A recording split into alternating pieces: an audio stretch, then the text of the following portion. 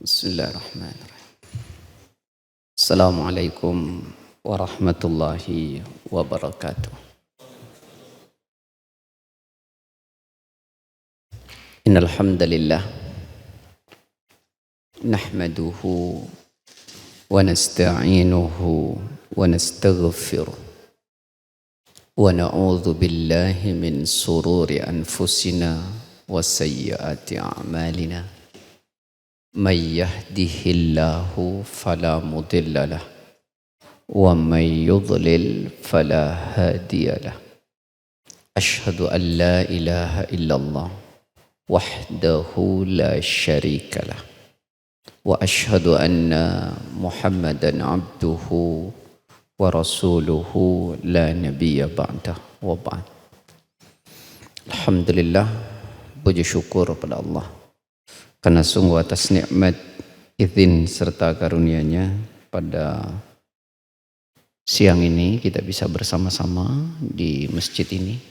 Mudah-mudahan kebersamaan kita di masjid ini menjadi salah satu sebab pengantar buat kita kelak untuk mendapatkan perlindungan langsung dari Allah di hari kiamat. Dan ini sesuai apa yang disampaikan Rasulullah.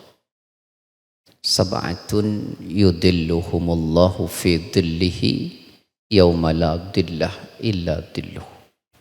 Ada 7 kelompok manusia yang kelak akan mendapat perlindungan langsung dari Allah di hari kiamat, di mana hari itu tidak ada perlindungan kecuali perlindungan Allah saja.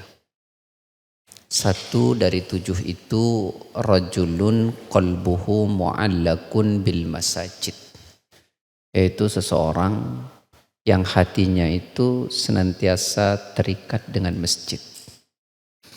Taib, salawat dan salam semoga senantiasa tercurah pada Rasulullah SAW, pada keluarganya, sahabat-sahabatnya, pengikut-pengikutnya, dan tentu kita semua yang mengikutinya.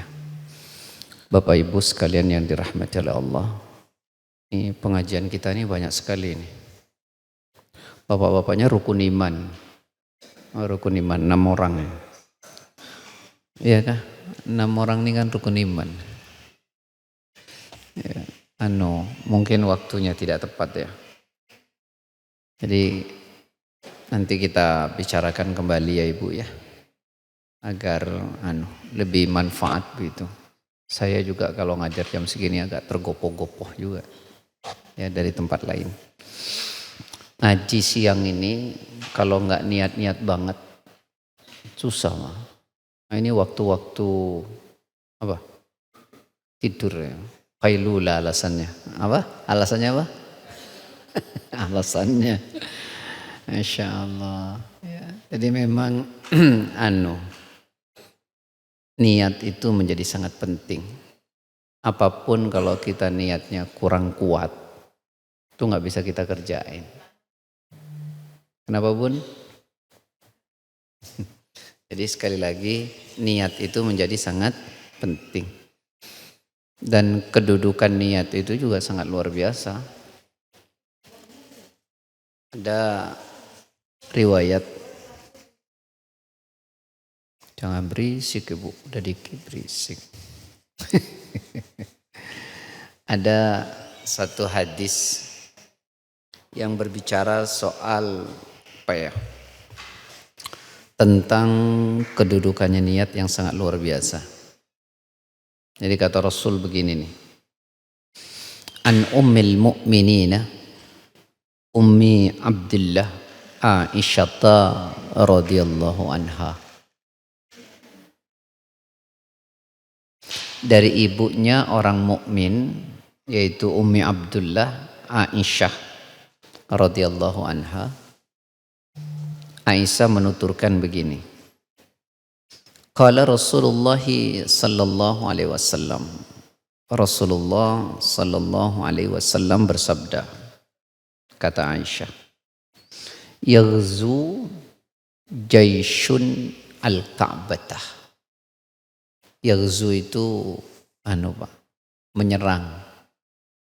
Jaisyun, satu pasukan Al-Ka'batah, ke Ka'bah. Jadi ada pasukan besar dari Yaman datang ke Mekah untuk ngancurin Ka'bah. Namanya siapa? Abraha ya. Itu kerajaan besar dulu Pak di Yaman. Jadi dari Yaman datang ke Mekah, tujuannya pengen ngancurin Ka'bah. Lalu kemudian kata Rasul, فَإِذَا كَانُوا بِبَيْدَاءَ مِنَ الْأَرْضِ يُخْسَفُ بِأَوَّلِهِمْ وَآخِرِهِمْ. Ketika pasukan itu berada di sebuah tanah yang sangat lapang, lalu dibenamkan oleh Allah, dihancurkan. Dari ujung depan sampai ujung belakang, tak tersisa. Semuanya dihancurin. Ya, bi awalihim wa akhirihim, dari ujung depan sampai ujung belakang, tak ada satupun yang tersisa. Qalat, Aisyah berkata, qultu, kata Aisyah, aku tanya, ya Rasulullah, wahai Rasulullah, kaifa yukhsafu bi awalihim wa akhirihim wa fihim aswaquhum wa man laysa minhum. Ya Rasulullah, bagaimana mungkin semua pasukan itu dihancurkan dari ujung depan sampai ujung belakang, semua yang ada di situ tidak tersisa. Padahal kata Aisyah, wa fihim aswaquhum, di antara mereka yang ada di situ tidak semuanya ingin menghancurkan Ka'bah. Yang ada di situ antara lain ada yang berdagang. Kan biasanya gitu ya. Kalau ada kumpul orang banyak gitu, ada aja kesempatan orang dagang kan. Nah gitu. Jadi yang ada di situ kan ya Rasulullah, enggak semuanya pengen ngancurin Ka'bah. Ada yang cuman pengen berdagang. Wa man laysa minhum, dan yang ada di situ juga bukan orang mau berdagang, juga bukan orang yang mau ngancurin Ka'bah. Tapi dia kebetulan ada di situ. Gimana kok semuanya dihancurin? Nah, perhatiin nih. Ini tentang kedudukan niat nih.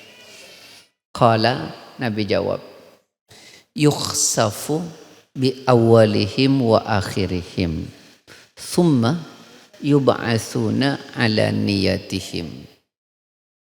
Kata Rasul, memang Aisyah, semua dihancurin tuh dari ujung depan sampai ujung belakang, tak tersisa.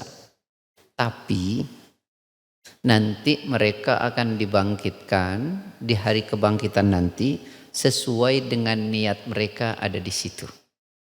Ngapain niatnya di situ? Nah, itu nanti dibangkitkannya sesuai dengan niat. Makanya niat itu penting. Nah kayak kita ngaji gini ya, selain karena pilihan Allah, dari waktu yang ngantuk ini kita masih ngaji, itu pun masih tergantung niatnya. Kalau niatnya benar karena Allah ya dapat pahala karena Allah. Kalau niatnya gak benar ya gak karena Allah ya gak dapat apa-apa. Makanya Nabi mengatakan gimana? Innamal a'malu binniyat wa innama likulli imri'in ma nawah.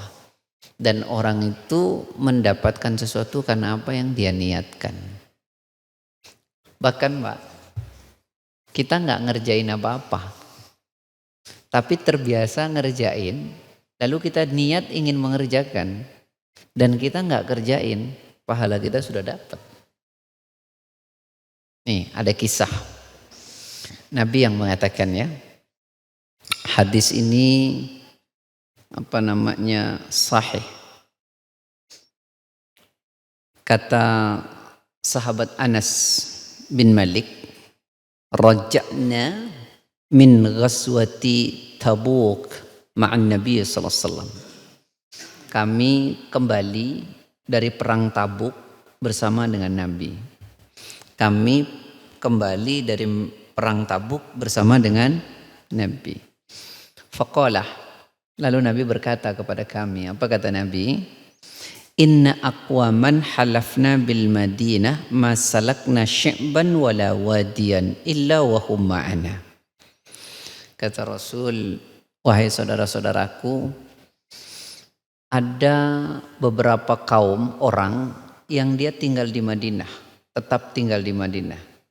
Tidak ikut menyeberangi lembah-lembah dan menyeberangi gunung-gunung. Artinya tidak ikut perang. Illa wahum ma'ana, tapi mereka bersama kami. Mereka tetap dapat pahala seperti kami. Kenapa? Karena dia sebenarnya pengen ikut, tapi karena terhalang oleh uzurnya. Apa uzurnya? Sakit. Jadi kalau kita sudah niat benar-benar, ya benar-benar niat gitu ya, kita dapat pahala tuh, walaupun kita nggak kerjain.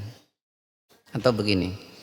Bapak Ibu misalnya setiap pagi jam 9, jam 10 sholat duha. Rajin terus sholat duha. Satu waktu ibu safar, bapak safar. Maka duha tidak dilakukan. Karena terhalang oleh safarnya itu, bapak ibu dapat pahala loh.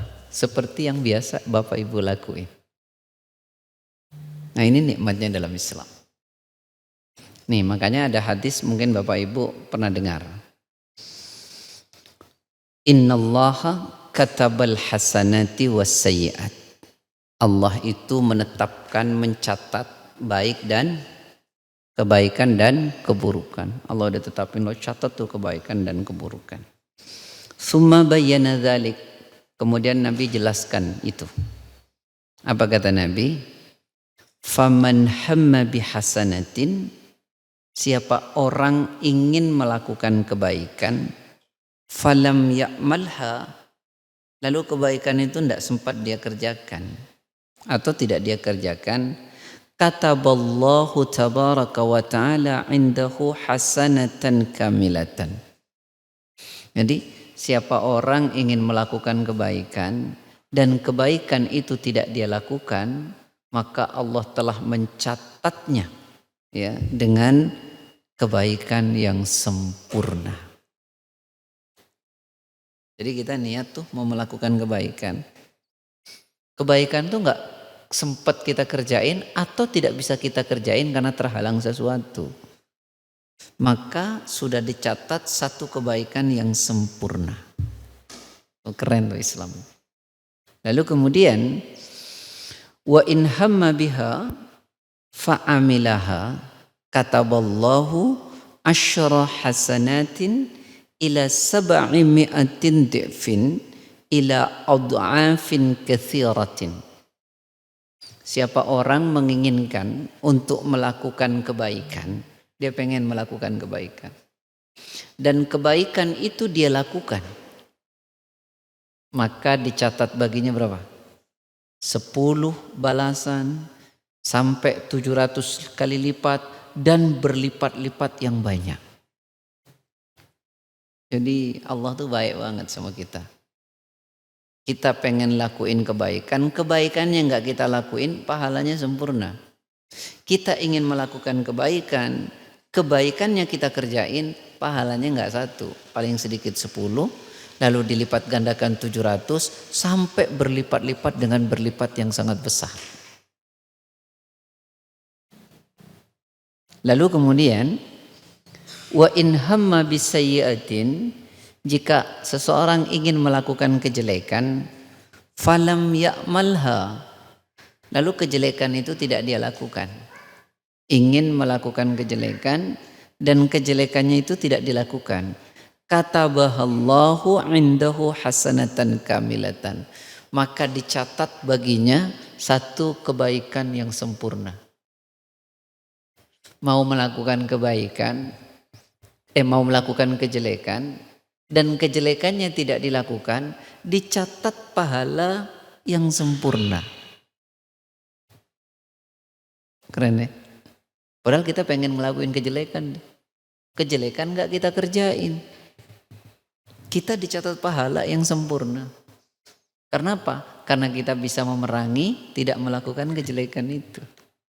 Lalu kemudian wa in hamma biha, jika orang ingin melakukan kejelekan, fa'amilaha, lalu kejelekan itu dikerjain, katabahallahu sayyi'atan wahidatan, maka cuma dicatat satu kejelekan saja. Saya ulangi ya, orang ingin melakukan kejelekan, kejelekannya tidak dilakukan, maka satu pahala sempurna. Orang ingin melakukan kejelekan dan kejelekannya dilakukan, itu balasannya cuma satu saja, kejelekan.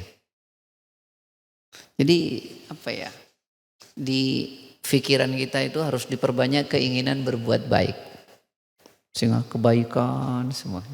Baik, Bapak Ibu sekalian yang dirahmati Allah, kita mau cerita soal mati dan alam kubur ya. Kemarin kita sudah ceritakan tentang apa? Sakaratul maut. Betul ya? Kemarin kita sudah bicarakan tentang sakaratul maut. Sekarang kita akan bicarakan tentang kematian. Apa namanya? Mati dan alam kubur. Perhatikan baik-baik ibu-ibu yang dirahmati oleh Allah. Saya ingin sampaikan secara berlahan. Saya ulangi sedikit. Orang sering bilang, andaikan Allah kasih tahu kapan saya akan mati, maka pasti mati saya husnul khotimah. Ya betul. Orang sering bilang begitu. Andaikan Allah kasih tahu kapan saya mati, maka pasti saya akan mati dalam keadaan husnul khotimah. Karena kalau udah dikasih tahu, pasti saya mau baik terus, gitu ya. Pertanyaannya, benar nggak sih Allah nggak ngasih tahu? Bu, benar nggak Allah nggak ngasih tahu kapan kita mati? Ngasih tahu apa enggak? Salah, ngasih tahu Allah. Cuman kitanya orang mudeng. Tahu orang mudeng? Apa bahasa Indonesia orang mudeng itu? Gak peka. Gak mudeng itu my original language ya, my mother language. Jadi orang apa? Orang mudeng. Gak peka. Kenapa? Nih, saya bacain hadis. Ternyata Allah itu ngasih tahu. Cuman kitanya nggak mau tahu. Mana dalilnya? Saya bacain hadis ya. Al-amradu wal auja'u baridul maut wa rusulul maut. Kata Rasul, penyakit-penyakit yang mulai menimpa diri kita tuh dan menurunnya fungsi-fungsi tubuh kita itu sebenarnya baridul maut. Tahu baridul maut? Pengantar kematian. Warusulul maut, dan utusan kematian. Contoh, kaki mulai sakit, tadinya naik enak banget, sekarang udah mulai susah. Badan sering greges-greges. Itu berita kematian tuh. Dan itu pengantar kematian.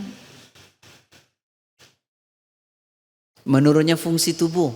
Mata sudah mulai rabun, pendengaran sudah mulai berkurang. Ini kayak saya nih, jenggot sudah mulai putih, sudah mulai meninggalkan dunia hitam. Sudah putih gitu. Kalau Bapak sudah semua deh, kalau saya masih kombinasi, dua warna, the same color. Jadi apa menurunnya fungsi-fungsi tubuh itu adalah apa? Itu adalah pengantar kematian dan utusan kematian. Tapi kita enggak peka. Kita enggak mudeng. Lalu lihat. Fa idza hanal ajal, nih Pak, Bu. Nanti ketika ajal itu datang, ajal buat kita datang. Masih ingat enggak kemarin saya bilang? Mati tidak pernah mengenal waktu. Seluruh waktu kematian. Mati tidak pernah mengenal tempat. Seluruh tempat kematian. Mati tidak pernah nunggu kita. Tapi kita yang nunggu kematian kapan datang. Nah, kata Nabi, ketika mati itu nanti datang, ata malakul mauti binafsih. Maka malaikat maut datang sendiri. Malaikat maut datang sendiri. Lalu malaikat maut bilang begini sama kita nanti. Ayyuhal abdu, wahai hamba, kam khabar ba'du. Udah berapa banyak berita kematian yang datang? Kok kamu enggak ngeh kalau kamu akan mati nih sekarang nih? Apa berita mati itu? Lihat tetanggamu meninggal, itu berita kematian. Teman kita sekelas meninggal, itu berita kematian. Saudara kita meninggal, itu berita kematian. Beritanya buat siapa? Buat kita. Makanya kenapa ada hadis, kafa bil maut mau'idah. Cukuplah kematian itu jadi nasihat buat kita. Lalu kemudian apalagi kata malaikat? Wa kam rasul ba'da rasul. Udah berapa banyak pengantar kematian, utusan kematian yang datang kepadamu? Berapa banyak? Banyak betul ya. Insyaallah sakit macam-macam. Wa kam barid ba'da barid, kata malaikat. Sudah berapa banyak pengantar kematian yang telah datang? Lalu beliau mengatakan, ana al-khabar laisa ba'di khabar. Kata malaikat, aku adalah berita terakhir yang datang kepadamu setelah aku enggak ada lagi. Karena kamu akan dicabut nyawanya. Lalu kemudian, wa ana rasul laisa ba'di rasul. Aku ini utusan kematian yang terakhir, enggak ada lagi nanti setelah aku. Oh, nanti kalau udah malaikatnya datang. Lalu malaikatnya bilang apa? Ajib rabbaka ta'ian aw makruhan. Apa katanya? Penuhi panggilan Rabbmu, kematian itu datang baik dalam sukarela maupun terpaksa. Kau hari ini akan mati. Mau terpaksa, mau sukarela, ya sudah mati hari itu. Ya. Lalu kemudian perhatikan, fa idza qubida ruhuhu, ketika roh itu dicabut oleh malaikat, wa tusarahu alaih, lalu orang-orang di sekeliling kita semuanya teriak. Betul enggak, Pak? Teriak. Semuanya teriak. Malaikat tanya, apa kata malaikat? Ala man tusarrikhun wa ala man tabkun. Kata malaikat, atas siapa kalian berteriak? Dan atas siapa kalian menangis? Siapa yang kalian teriaki? Siapa yang kalian tangisi? Malaikatnya bilang apa? Nih kata malaikat, fawallah ma dhalamtu lahu ajalan wala akaltu lahu rizqan. Kata malaikat, kalian berteriak, kalian menangis. Demi Allah, aku tidak sedikit pun mendolimi dia. Dan aku juga tidak mengambil hartanya. Apa yang kau tangisi dan apa yang kau teriaki? Aku enggak ambil harta dia. Aku enggak mendolimi dia, kata malaikat. Bal da'ahu rabbuhu. Akan tetapi Rabbnya udah mengambilnya, memanggilnya. Udah memang jatahnya. Kenapa kalian nangis? Kenapa kalian berteriak? Lalu kata malaikat apa? Falyabki al-baki ala nafsih. Menangislah kalian yang menangis, tangisi dirimu sendiri. Kenapa? Fa inna li fikum audatin wa audatin hatta la abqa minkum ahadan. Karena sesungguhnya aku ini, kata malaikat, akan datang terus menerus untuk mencabut nyawa manusia sampai nanti tak tersisa lagi seorang pun di antara kalian. Lalu ngapa kalian menangis? Tuh. Jadi kalau begitu sebenarnya Mati udah diberitahu nggak sama Allah? Udah. Cuman kita nggak, apa tadi bahasa saya? Nggak mudeng, nggak peka. Ya, udah dikasih tahu sama Allah. Makanya Pak, Bu, ketika seorang sahabat tanya kepada Rasulullah, ya Rasul, ayyul mu'minina akyas. Ya Rasulullah, orang beriman yang paling cerdas itu kayak mana sih? Apa Nabi katakan? Aktsaruhum lil mauti dzikran wa ahsanuhum lima ba'dahu isti'dadan. Orang yang paling cerdas itu kata Rasul, mereka yang paling banyak ingat mati. Dan mereka yang paling baik mempersiapkan oleh-oleh untuk setelah kematiannya. Itu orang paling cerdas tuh. Kenapa memang? Orang kalau banyak ingat mati gimana?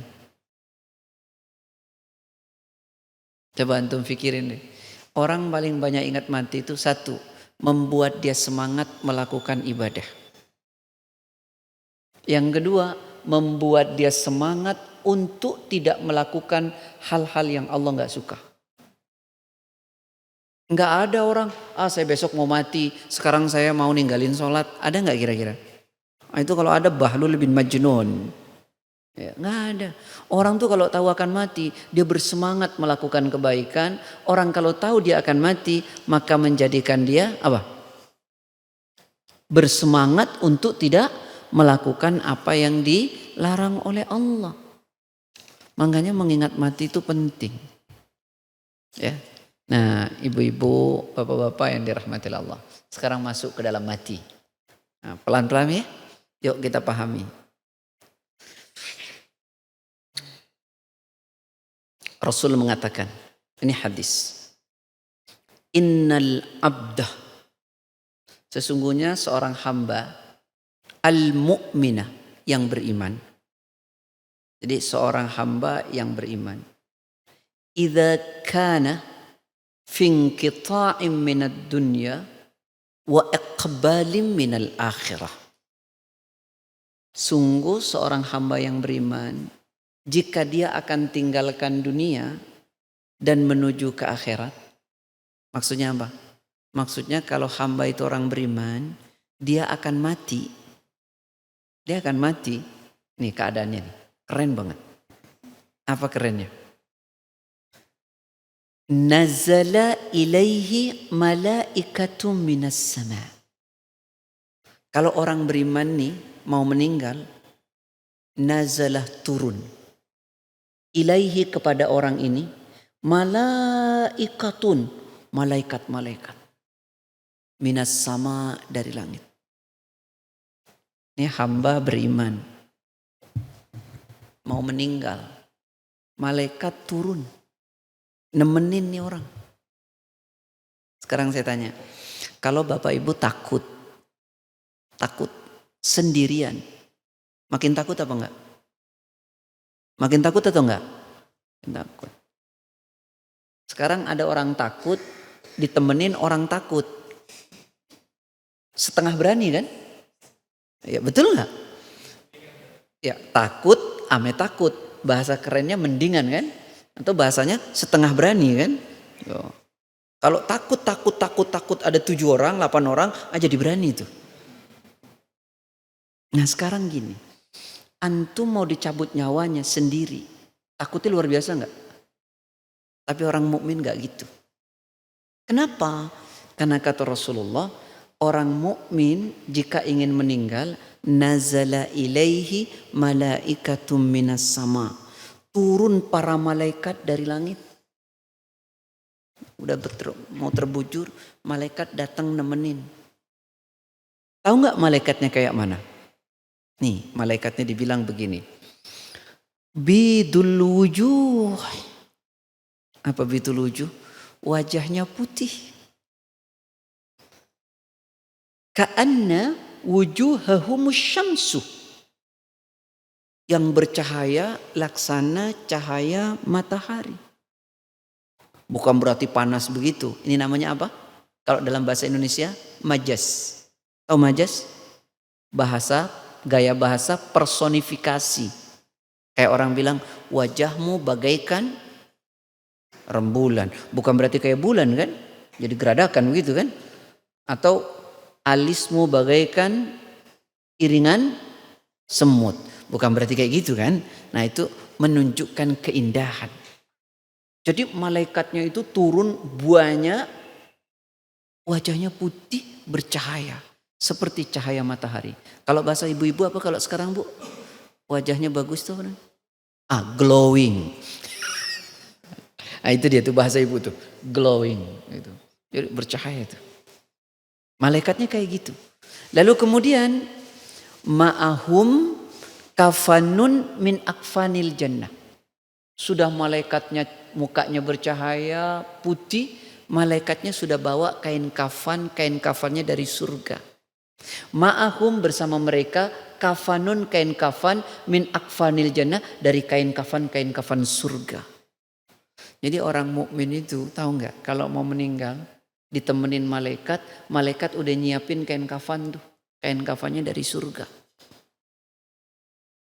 Pengen nggak kayak gitu? Pengen. Ayo imannya yang benar. Kalau imannya fasik, munafik, enggak. Lalu apalagi wahanut min hanutil jannah. Dan malaikat-malaikat itu sudah membawa wewangian dari surga. Disiapin kain kafan dari surga, disiapin wewangian dari surga. Hatta yajlisu minhu maddal basar. Malaikat itu duduk mengelilingi calon mayat ini, yang banyaknya malaikat itu sejauh mata memandang, banyak sekali ngelilingin. Kita yang hidup nggak lihat kan ya? Lihat nggak? Nggak lihat. Tuh ditemenin. Jadi orang mukmin kalau mau meninggal ditemenin malaikat, malaikatnya banyak sekali. Wajahnya putih bercahaya seperti matahari. Membawa kain kafan dari surga. Membawa wewangian dari surga. Indahnya ya ditemenin malaikat. Jadi kematian tidak menakutkan bagi orang beriman. Enggak menakutkan. Nah kemudian setelah itu apa yang terjadi? Perhatikan. Summa yaji'u malakul maut. Perhatiin deh. Kalau ibu-ibu gak lihat ya. Ada kameranya gak belakang? Ada. Nih bun, perhatiin nih bun. Ini calon mayatnya nih. Orang beriman. Dia udah mau meninggal. Ditemenin oleh para malaikat banyak sekali, wajahnya putih. Dikelilingi sejauh mata memandang. Nah setelah itu siapa yang datang? Yaji'u malakul maut. Baru nih aktor utamanya datang. Yaitu malaikat maut. Hatta yajlisa ya, hatta yajlisa inda ra'sih. Sampai malaikat itu duduk percis di samping kanan kepala calon mayat itu. Siapa namanya? Malakul maut. Jangan dikasih nama ya. Kita suka kasih nama kan ya. Malaikat siapa namanya? Israel gitu ya. Enggak ada namanya. Malakul maut namanya sudah cukup. Ya. Duduk di samping, percis di kepalanya, duduk. Lihat cara malaikat maut mencabut nyawanya orang beriman. Apa kata malaikat maut? Dia tegur dengan indah itu orang beriman tuh. Ayyatuhan nafsut thayyibah. Apa katanya? Wahai jiwa yang baik. Pelan malaikat ngomong. Lembut malaikat ngomong. Sama calon mayat ini. Ayyatuhan nafsut thayyibah. Wahai jiwa yang baik. Ukhruji ila maghfiratin minallahi wa ridwan. Keluarlah engkau wahai roh yang baik dari jasad orang mukmin ini. Kemana? Kepada ampunan dan pada keridhaan Allah. Dengan lembut bicara. Bu, Pak, nanti di akhirat itu yang ada satu ampunan dan keridhaan Allah, yang kedua azab Allah. Quran surat Al-Hadid 57 ayat 20.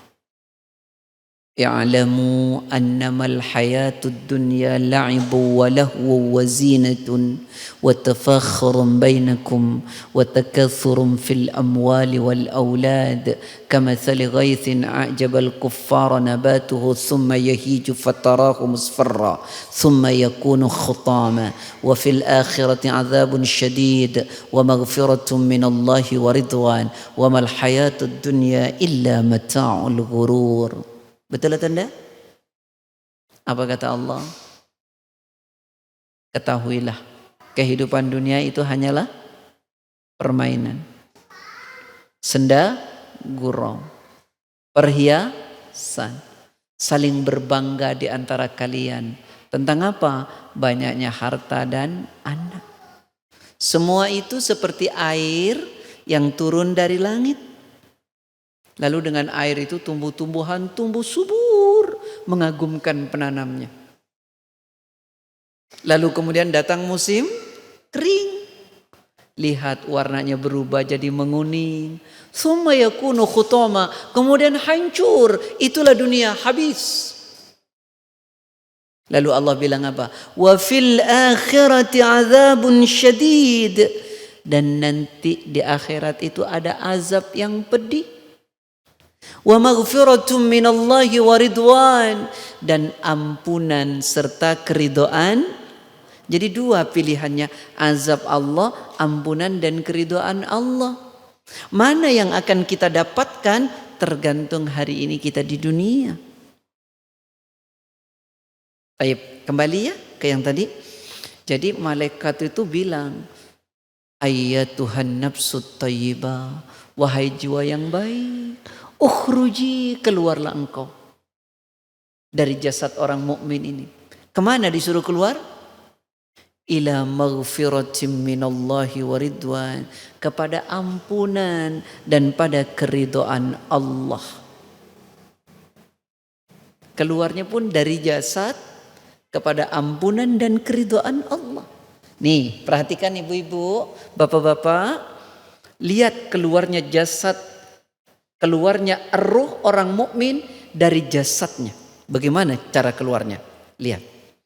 Qala, Nabi mengatakan, fatakhruju, maka keluarlah jiwa itu dari jasad orang mukmin, tasilu, mengalir. Kama tasilul qatra min fisiqa, seperti air yang mengalir dari talang genteng. Atau seperti air yang dituang dari teko, mengumpul. Sakit enggak? Sakit enggak? Itulah orang mukmin, enak. Tapi nanti kalau orang fasik kafir, Bapak Ibu pernah tahu selang? Tahu lah Pak Ustadz. Selang, tahu selang ya? Selang itu kalau dibuka kerannya, airnya mengalirnya enak enggak? Enak ya? Nah sekarang dibuka kerannya, lalu itu dipencet ujungnya. Si selang. Airnya susah enggak keluarnya? Susah. Dipencet. Si selang itu dipencet sampai gepeng gitu. Keluarnya susah enggak? Susah dan berpencar kan? Begitulah orang kafir dan munafik matinya nanti. Keluarnya susah, sakit. Tidak mengumpul, berpencar. Tapi orang mukmin tasilu kama tasilul qatra min fisiqa, dia mengalir seperti air yang dituang dari teko. Mudah-mudahan meninggal kita semua kayak gitu ya, amin.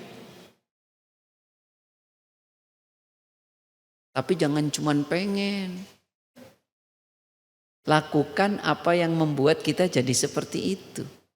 Nah, kemudian apa yang terjadi? Perhatikan ibu, maka ketika air maka ketika roh itu sudah keluar seperti air yang keluar dari teko, fayakhudhuha, lalu roh itu dipegang oleh malaikat, ditangkap oleh malaikat. Fayakhudhuha, dipegang oleh malaikat roh itu. Kemudian faidza akhadaha lam yada'uha fi yadihi tarfat ain. Ketika roh itu sudah keluar dari jasad orang mukmin, dipegang oleh malaikat, dan ketika malaikat sudah memegangnya, lam yada'uha tarfat ain, malaikat tidak akan pernah melepasnya walau hanya sekejap mata. Pegang, nggak dilepas walau cuma sekejap mata. Jadi gimana dong Ustadz, orang yang suka ngomong kalau orang baru meninggal ruhnya masih di rumah selama 40 hari. Dusta betul itu. Ayo, sering dengar gitu nggak? Udahlah, nggak ada dalilnya itu. Dusta banget. Setan itu menggunakan kesempatan untuk merusak pikiran dan iman kita. Dia nyerupain tuh. Kenapa? Kata Rasulullah, faidza akhadaha, ketika malaikat sudah memegangnya, lam yada'uha fi yadihi, tak pernah dilepas oleh malaikat dari tangannya, tarfata ain, walau hanya sekejap mata. Nah, walaupun cuma sekejap mata aja nggak dilepas. Lalu kemudian perhatikan baik-baik. Fayaj'aluha fi dhalikal kafan wa fi dhalikal hanut. Ketika sudah dipegang tuh malaikat, roh nggak dilepas, lalu oleh malaikat diletakkan pada kain kafan yang dibawa dari surga, dan di situ sudah ada wewangian dari surga. Taruh malaikat sama malaikat pada kain kafan yang dibawa dari surga dan sudah ada pewangiannya. Nah, lihat. Wa yakhruju minha ka'atyabi nafhati miskin. Maka ketika sudah ditaruh di kain kafan itu ada minyak wanginya, ada wewangian dari surga, maka wa yakhruju, keluarlah minha, dari roh orang mukmin itu, ka'atyabu nafhati misk, seperti wanginya minyak misik. Tahu minyak misik? Tahu namanya ya bun ya. Nah kan kalau kita ke Saudi itu beli minyak wangi, orang-orang Arab itu ada minyak misik, ada kasturi. Nah, itu dikasih nama ngambil dari hadis dan ayat. Tapi apa wanginya seperti itu? Tidak. Enggak terbayang. Surga itu saking indahnya tak pernah terfikir oleh pikiran manusia, tak pernah terbayang oleh bayangan manusia, tak pernah terdengar oleh pendengaran manusia, tak pernah terlihat oleh pandangan manusia. Begitu indahnya surga itu. Dan begitu wanginya minyak misik itu tak pernah terbayang oleh kita. Dan tak pernah tercium wanginya. Apa coba yang paling mahal? Bulgari Rouge? Kok Ustaz tahu? Tahu. Karena Ustaz kalau pergi, saya punya travel Ibu Aju bro. Kerjanya ya pergi gitu kan. Itu istri saya itu pesennya itu aja. Nggak pernah pesen yang lain. Jangan lupa sudah habis. Tapi tak boleh sama saya pakai keluar. Saya belikan tapi pakainya hanya di tempat tidur. Atau di rumah. Karena wanita memakai wangi-wangian lalu tercium ke khalayak ramai, maka wanita itu seolah penzina.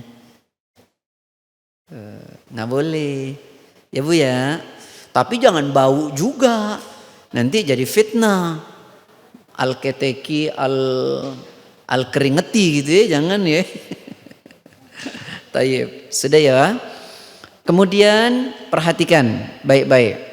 Setelah diletakkan di kain kafan itu, lalu kemudian keluarlah aroma yang sangat wangi dari kain kafan itu. Lalu kemudian qala fayas'aduna biha. Oleh para malaikat tadi itu, ruh itu dibawa naik. Sudah ditaruh di kain kafan, ada wewangian oleh malaikat dibawa fayas'aduna biha, dibawa naik oleh malaikat. Nah, saat para malaikat itu membawa naik, fala yamurruna ya'ni biha ala mala'im minal malaikati, bawa naik lalu kemudian melewati majelis para malaikat. Ini malaikat-malaikat ini bawa naik itu ruh, ternyata di atas ada majelis para malaikat. Nah, lewat tuh malaikat yang membawa ruh itu. Lalu malaikat-malaikat yang duduk-duduk tadi, dia berkata, qalu ma hadzal ruh at-thayyib. Ditanya oleh malaikat yang duduk di atas kepada malaikat yang membawa. Apa katanya? Ini ruh siapa? Kok wanginya luar biasa? Malaikat yang tanya. Ini ruh siapa? Kok wangi betul? Kita juga suka gitu kan ya? Ada orang baik, soleh gitu ya, meninggal, wangi betul. Ya betul ya? Pernah nggak? Pernah nggak menyaksikan itu? Nggak pernah ya Bu ya? Ada kisah Nabi Muhammad sallallahu alaihi wasallam ketika beliau sudah wafat. Abu Bakar nggak ada di situ. Abu Bakar datang menjenguk. Ini dituturkan oleh Abu Bakar As-Siddiq radhiyallahu anhu. Nah, ketika Rasulullah sudah wafat itu, Abu Bakar datang, Abu Bakar mencium kening Rasul. Makanya kalau ada orang meninggal, kita mencium keningnya itu sunnah. Laki sama laki ya. Laki-laki cium kening sunnah. Lalu kata Abu Bakar apa? Ya Rasulullah, sungguh wangi tubuhmu ya Rasulullah sama baik engkau masih hidup ataupun engkau sudah tiada ini ya Rasulullah. Jadi Rasulullah itu bau tubuhnya itu wangi. Baik ketika masih hidup maupun sudah meninggal.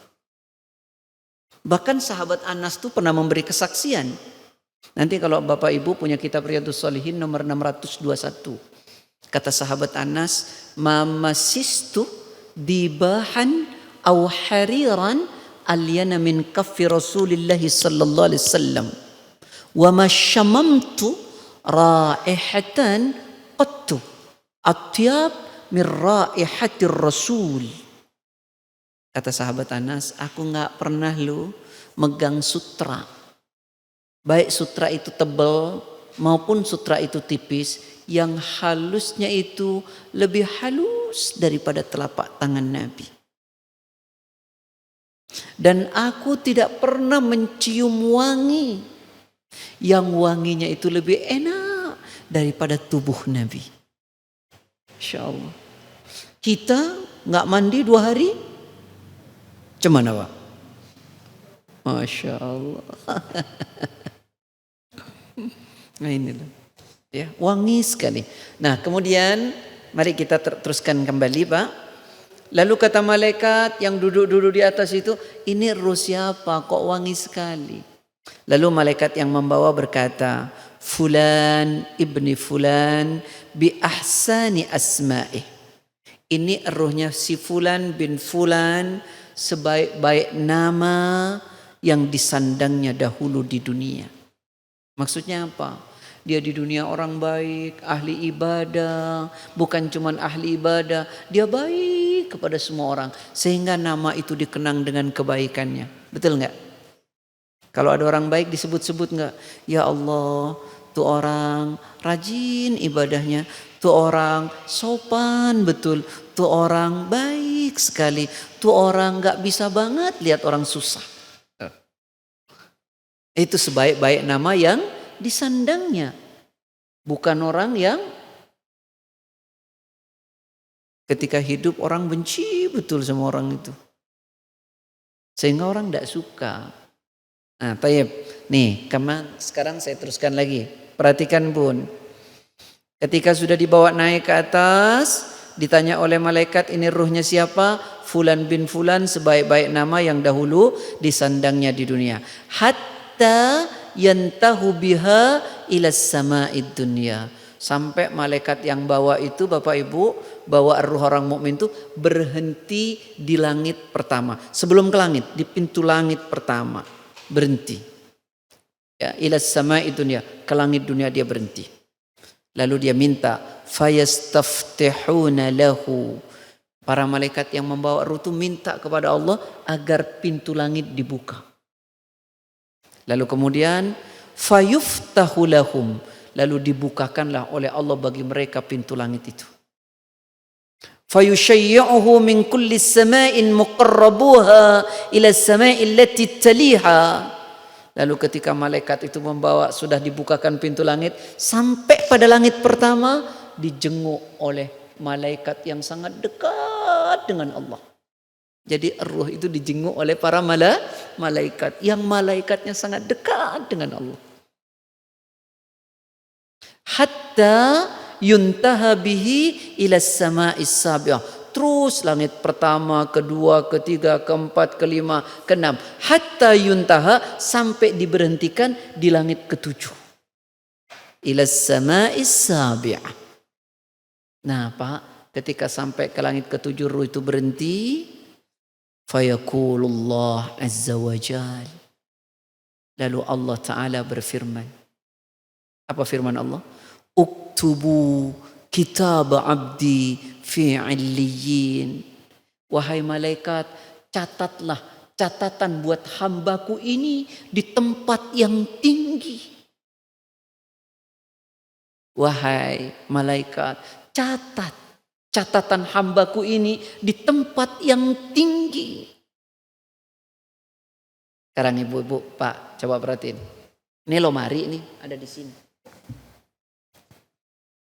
File-file yang bagus taruh di atas atau di bawah?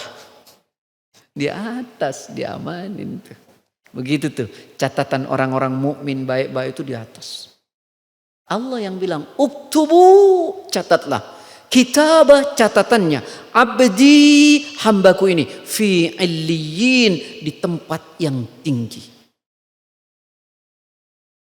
Nah, setelah itu gimana? Wa aiduhu ilal ardi. Lalu ruh itu dikembalikan lagi ke bumi. Kembali. Dibawa oleh malaikat, bukan dilempar. Loh, nanti kalau orang munafik itu dilempar lalu disamber oleh burung. Nah, maka dibawa oleh malaikat ke bawah. Fatu'adu ruhuhu fi jasadi. Lalu dikembalikan ruh itu kepada jasadnya. Di mana? Di kubur. Setelah itu apa yang terjadi? Perhatiin baik-baik. Fayatihi malakani. Lalu setelah ruh itu dikembalikan ke dalam kuburnya pada jasad orang mukmin itu, fayatihi, maka datanglah kepadanya malakani, dua malaikat.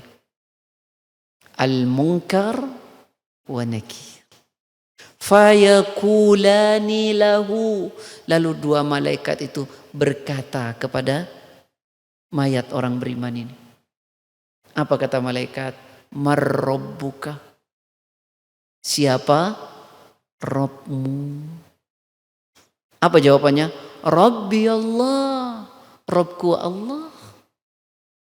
Nggak usah diapalin, Bu.